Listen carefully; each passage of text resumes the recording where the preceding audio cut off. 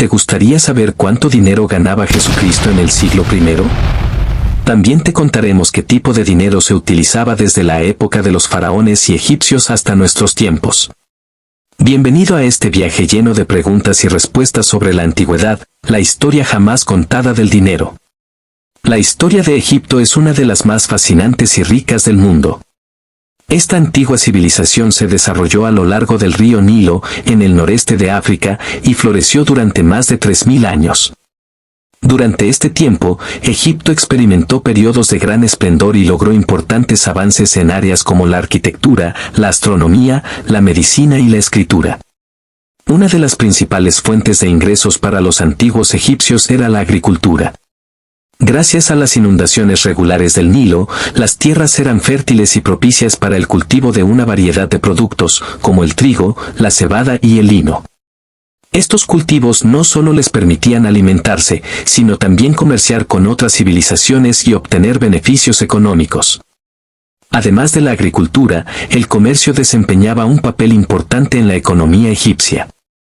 El país era un punto de encuentro entre Europa, Asia y África, lo que facilitaba el intercambio de bienes y mercancías.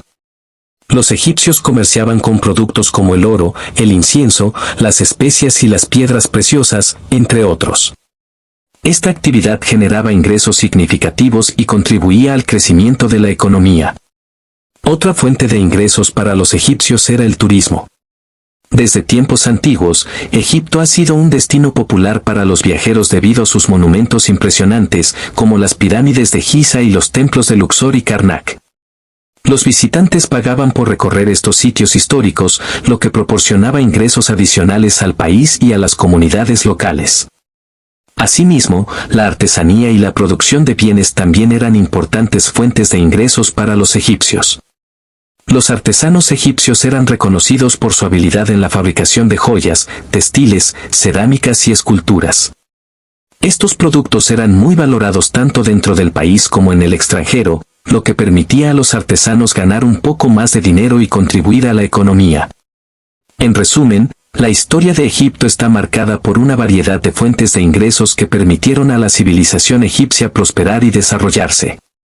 La agricultura, el comercio, el turismo y la artesanía desempeñaron roles clave en la economía egipcia, brindando oportunidades de crecimiento y generando beneficios tanto para el país como para sus habitantes. Ahora hablaremos sobre cuánto ganaba un discípulo de Jesucristo en el siglo I por llevar el Evangelio a miles de personas. Hay que recordar que eran seres humanos con necesidades básicas como el abrigo y la alimentación.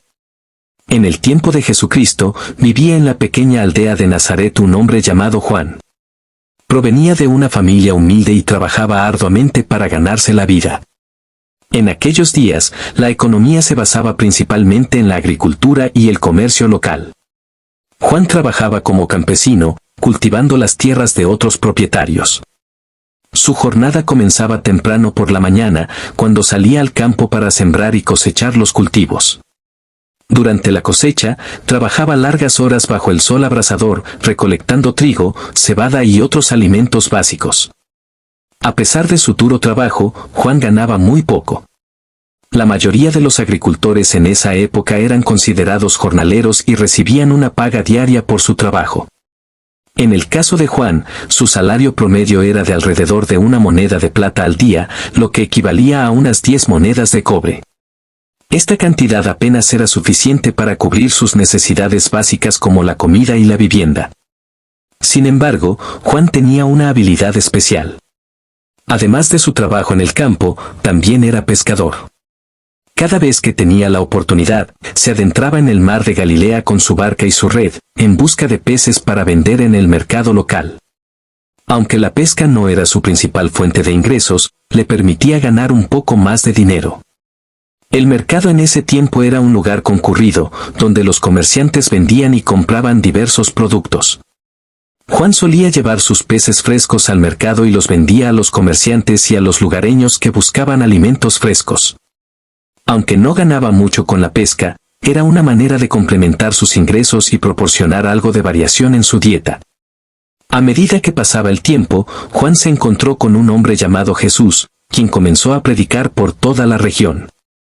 Jesús tenía un mensaje de amor y esperanza y atraía a multitudes de personas que buscaban escuchar sus enseñanzas.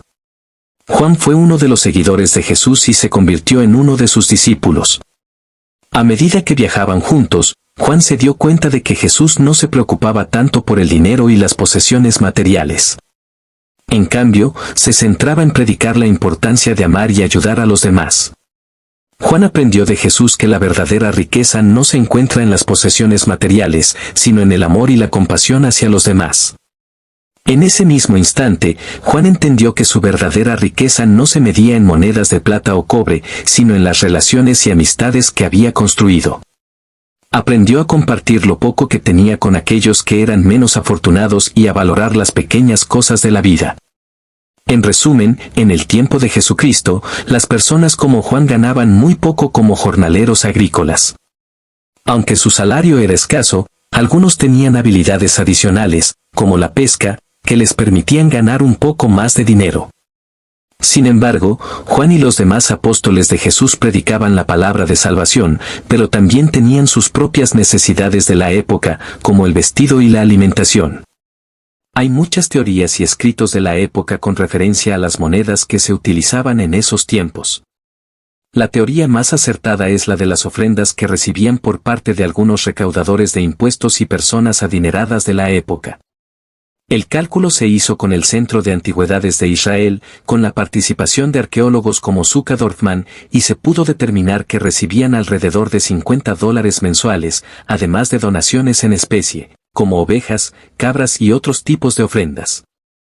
Y no menos importante sería hablar de las finanzas o dinero del rey David, quien fue una persona muy importante del Antiguo Testamento. El rey David se cree que vivió en el siglo X aproximadamente, pero fue una persona muy influyente para la época. Según la Biblia, el rey David se desempeñó en varias áreas durante su reinado. Aquí hay algunas de las cosas en las que se destacó. Número 1 fue rey de Israel. David fue el segundo rey de Israel y gobernó durante aproximadamente 40 años, desde alrededor del año 1010 a.C. hasta su muerte en 970 a.C. Número 2 fue guerrero y líder militar. David era conocido por su valentía en la batalla. Derrotó a Goliat, un gigante filisteo, y condujo a Israel a muchas victorias militares durante su reinado. Número 3 fue compositor y músico. David es considerado el autor de muchos salmos en la Biblia. También se le atribuye la creación de instrumentos musicales y la organización de grupos de músicos y cantores para adorar a Dios. Número 4 fue poeta y escritor. Además de los salmos, David también escribió otros poemas y canciones que se encuentran en el libro de Samuel y en el libro de los Salmos. Número 5 fue administrador y organizador. Durante su reinado, David estableció una sólida administración en Israel. Organizó a los levitas en sus funciones sacerdotales y también estableció una guardia personal. Número 6 construcción del templo. Aunque no pudo construir el templo de Jerusalén, David hizo planes y preparativos para su construcción, recopilando materiales y recursos. Estas son solo algunas de las áreas en las que se desempeñó el rey David durante su reinado en Israel.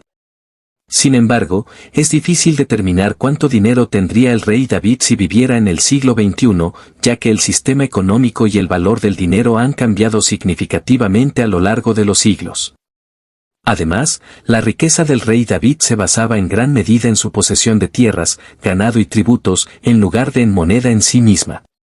Sin embargo, podemos hacer una estimación aproximada basada en el valor de sus posesiones y considerando la inflación a lo largo de los siglos. Según algunos estudios, se estima que la riqueza acumulada de David sería equivalente a varios miles de millones de dólares en la actualidad. Es importante tener en cuenta que si lo comparamos con algún millonario de la revista Forbes, sería como Jeff Bezos, quien ostenta el título del hombre más rico del mundo por el 4º año consecutivo. Bueno, querido oyente, gracias por seguirnos y nos veremos en una próxima oportunidad.